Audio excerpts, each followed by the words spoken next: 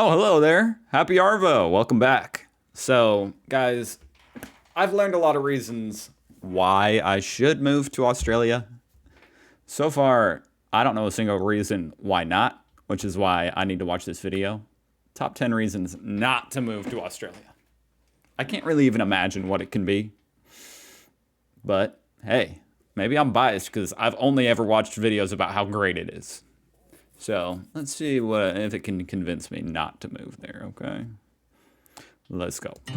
G'day mates, how you going? Because today we're talking about the land down under, Australia. Is it a country? Is it a continent? Do kangaroos really just roam freely about? Sounds like fake news to me. But it's not. The world's 6th largest country is a giant 3 million square mile island continent stuck between the Indian and Pacific Oceans. And this strange geographic location is what makes Australia such an ecological and Look how beautiful that is. Unbelievable. biological anomaly with so much diverse nature and wildlife unique only to the country. From Tasmania to the stunning beaches to the There's like a freaking rainforest unique there. only to the country. From Tasmania Look at that. to the stunning beaches, to the outback rainforests and Great Barrier Reef, there is so much natural beauty to be found here. But not only is the nature stunning, Australia is also home to a few highly advanced cosmopolitan cities, with the two biggest cities, Sydney and Melbourne, routinely ranking among the top 5 best cities to live in the world. Speaking of there you which, go. let's hit 5,000 likes and I'll do a video on the top 10 best cities to live in the world. Anyways, Okay. it Go isn't like hard to his see why video. the Aboriginal and Torres Strait Islander peoples have lived here for over 60,000 years. Dude, that would be cool to go to one of these shows. I went to something like this in Hawaii. That was cool. Of course, the British also did their imperialist thing and claimed the continent in 1788 as a penal colony for their convicts, but They did their Australia thing. eventually gained independence in 1901. And since then, the land down under has become a country with one of the There's one reason to move. highest qualities of life, a great healthcare and education system, incredibly low crime, vibrant and welcoming residents, Oh my gosh.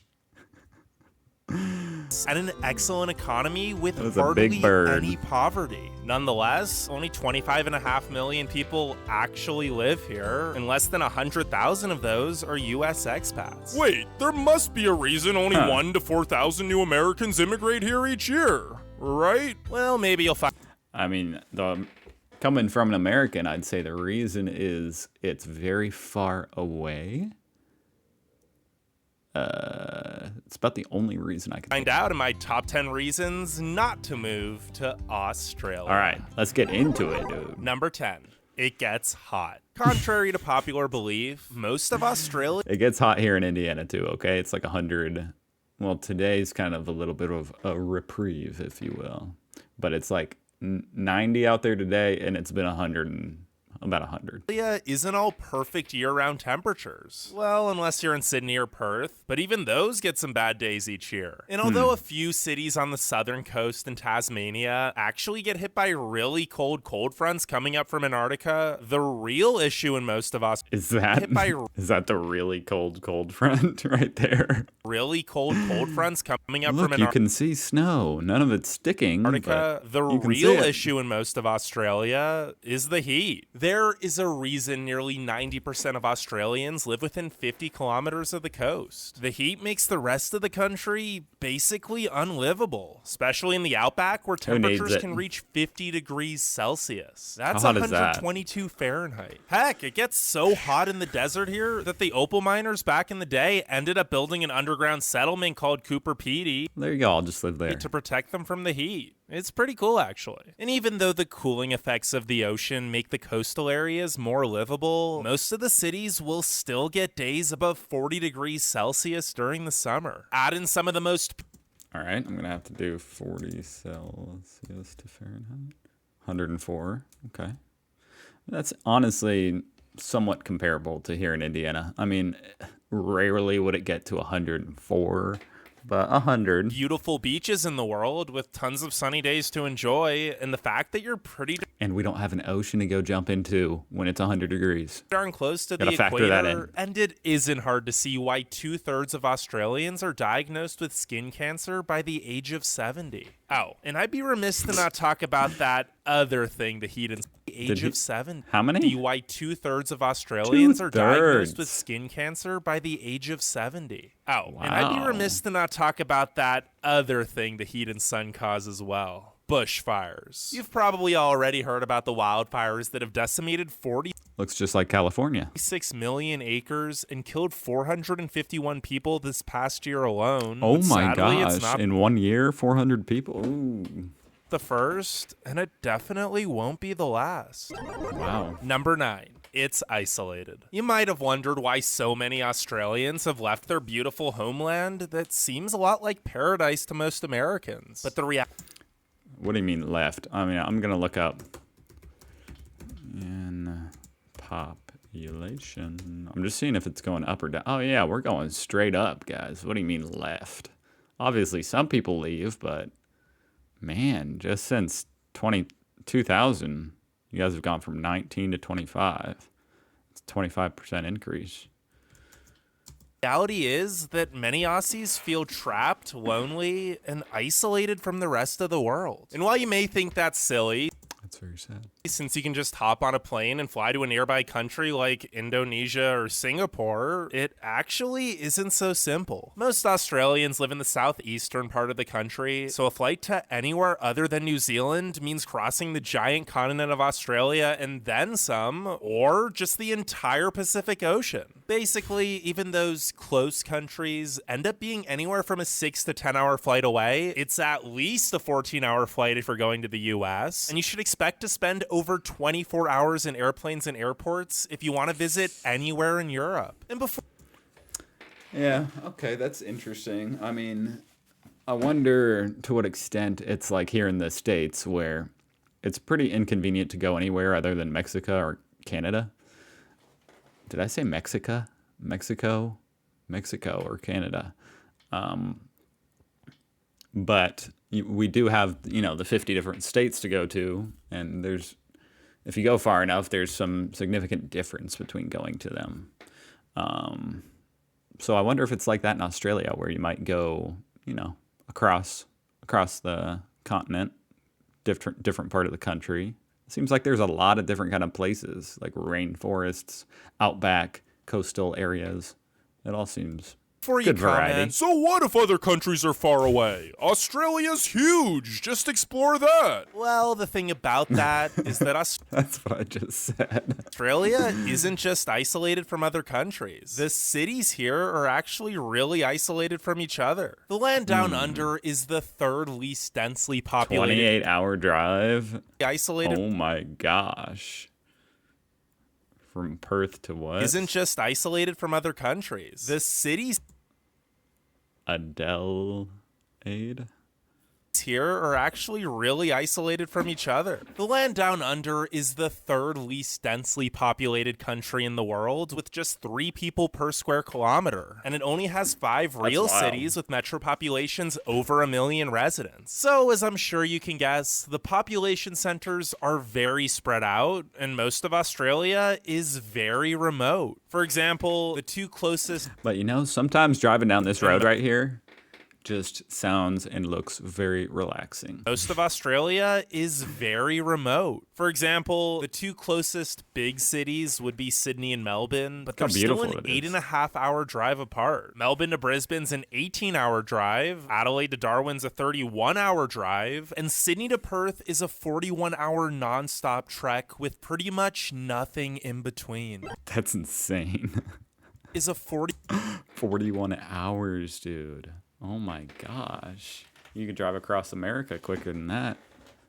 I guess you'd take a plane. Shoot. 41-hour nonstop trek with pretty much nothing in between. Number 8. Time zones. Speaking of isolation, Australia isn't just physically isolated from other countries. You're also going to have trouble keeping in touch with your family or friends back home unless they live somewhere in Asia. Australia is an entire Pacific That is true. I see like you guys watch my videos, the Australians. I mean, this channel is basically dedicated to Australia. You guys watch my videos when I'm in bed. You know, I wake up and I'm like, oh, look, a lot of people watched while I was asleep. Pacific Ocean away from the US and 2 continents length away from Europe, so the time zones are practically exact opposites. Now, Australia has 3 main time zones, but for the sake of just showing how different the times are, when it's 7 a.m. in Sydney, it's 10 p.m. in London, and when it's 6 a.m. in Perth, it'd be 6 p.m. in New York. I get that this is just more of an inconvenience than a huge deal, but it can get pretty tedious trying to schedule a call with your international family and friends. Number 7, the internet sucks. If you finally do manage Oh, I did not know that. Really? to get a hold of your family and friends, time zones might not be the only thing that get in the way. Because even if you schedule that Zoom call perfectly, the internet might just randomly cut out or start lagging, and by the time it's fixed, it's Well, shoot. Why would you want to be inside on the internet anyway? Look where you live. probably the other person's bedtime. Sure, the United States isn't anywhere near the best when it comes to internet speeds compared to most developed countries, but it's light speed compared to Australia, which is only ranked Really? as the 43rd best country for internet. Dang it. Okay, you guys get yourself some good internet, and I'm there. Seriously, though, that surprises me. No, I don't just mean that on average it has relatively slow download and upload speeds. I mean the most expensive plans still disconnect or lag frequently, and a lot of the plans This guy's voice is funny. Lag frequently. actually have data caps. Who does that anymore? I heard about that. That's unfortunate. A 200 I'm gigabyte sorry. a month plan in Brisbane with download speeds only up to 12 megabits per second will cost you $65 a month. That's not expensive. And don't even think about going over, or you'll have to pay an outrageous fee, and your internet speeds will slow down to 256 kilobytes per second. What developed nation has any For the record, I mean, just to compare, my internet here in Indiana is 100 megabytes per second. internet speeds under 1 megabit per second? That's just ridiculous. I wonder why that is. Is it just because of like the fact that it's a continent all out there, like kind of far away? The cables and stuff that go under the ocean, which if you haven't seen that, that's wild, seeing a picture of that. But is that why? Number 6.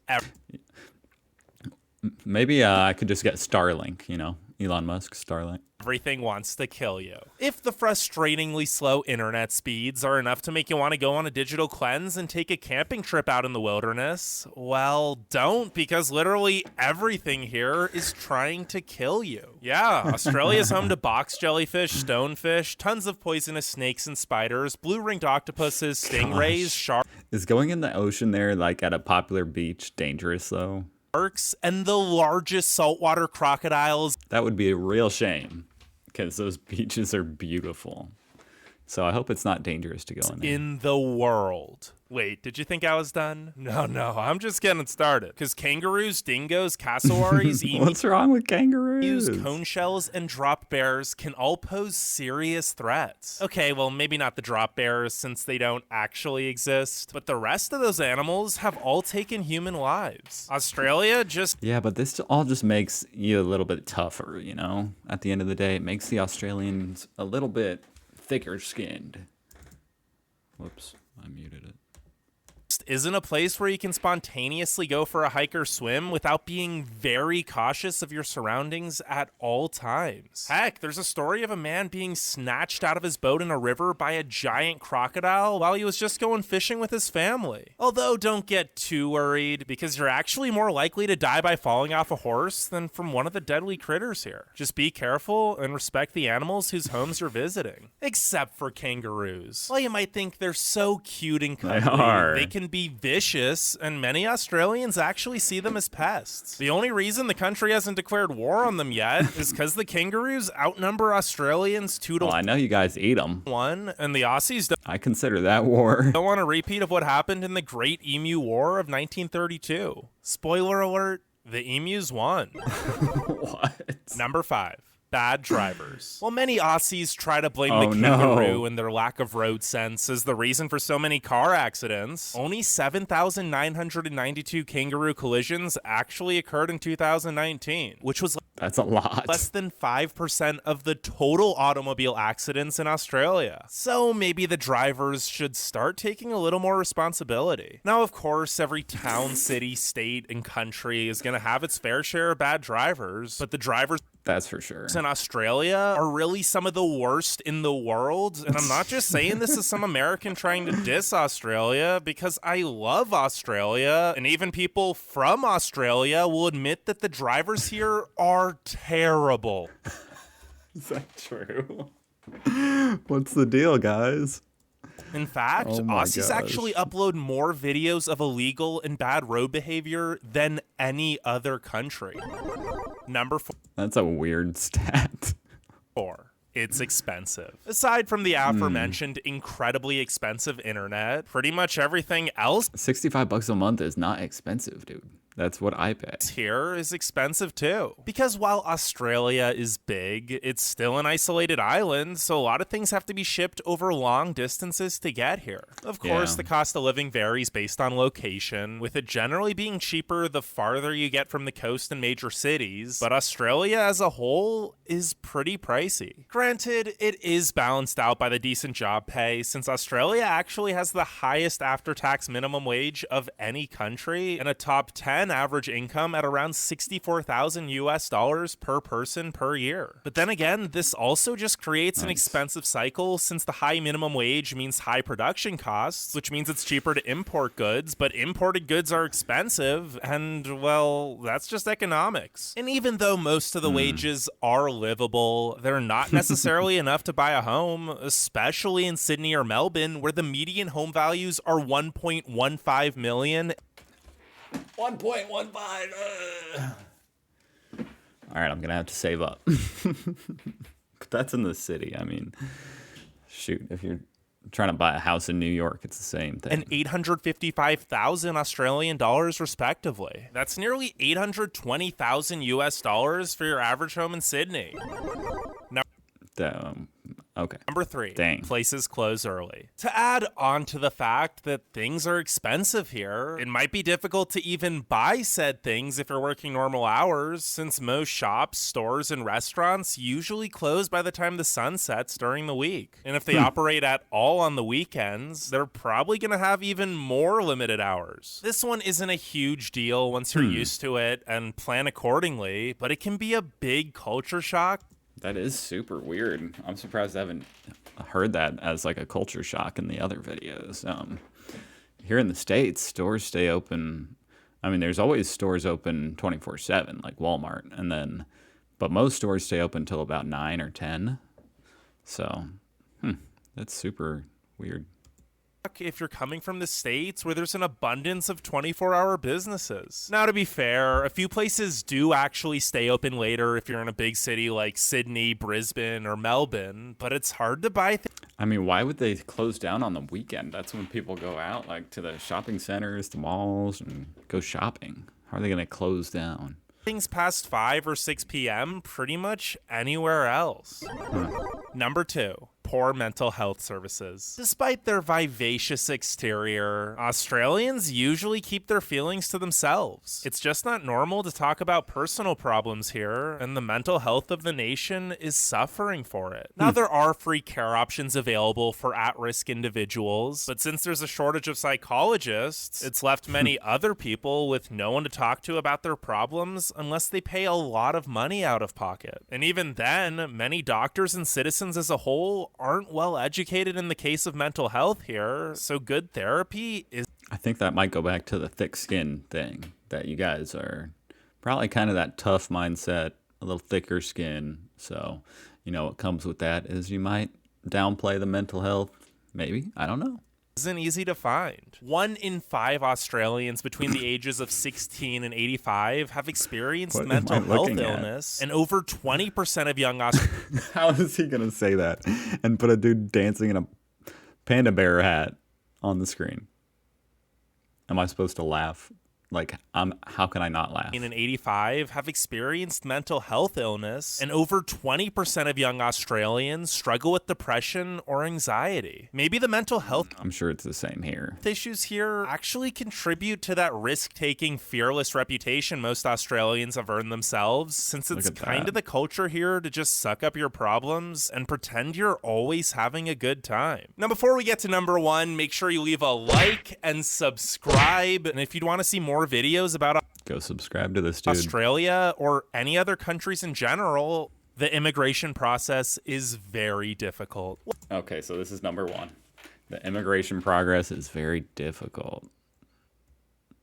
Okay, but you only have to do that While once. visiting Australia is as easy as having a valid passport, filling in an online application, and paying a small fee, becoming a permanent resident is incredibly difficult for U.S. citizens. Now, for young Americans eager to explore the world, Australia does offer a program known as the Working Holiday Visa, which allows you to live in the country for a year or two in exchange for paid work. But if you want to move here permanently, there are a lot of requirements, such as a confirmation of funds, a skill set assessment, proficiency. Wow, a skill set assessment. That is wild. It's kind of smart as far as Australia is concerned. You know, you literally only import immigrants who are like going to benefit the economy and stuff. That's pretty crazy. In English, a health exam, no criminal record, and being under the age of 45. For the most part, you either have to You have to be under 45? have a lot of money saved up and plan to start a business in Australia, or offer a highly desired skill that no available Australian worker has. So while it's definitely easier None. to move here than to certain countries in Europe, it's still very difficult for your average American to immigrate here permanently, and that's probably why only 1,000 to 4,000 Americans do it each year. Well, there you go. That's the real answer. I might want to go there, but they might just not accept me. Hey, I'm just going to have to build up some kind of unique skill that literally nobody in Australia has. That's all you got to do. Okay. There goes. My dreams are crushed of moving to Australia. Whatever. We'll figure it out. Thank you for watching, guys. I appreciate it. And I hope you enjoyed it. And I hope you have a great Arvo. And I hope maybe you subscribe. But really, I just appreciate you being here. So, goodbye.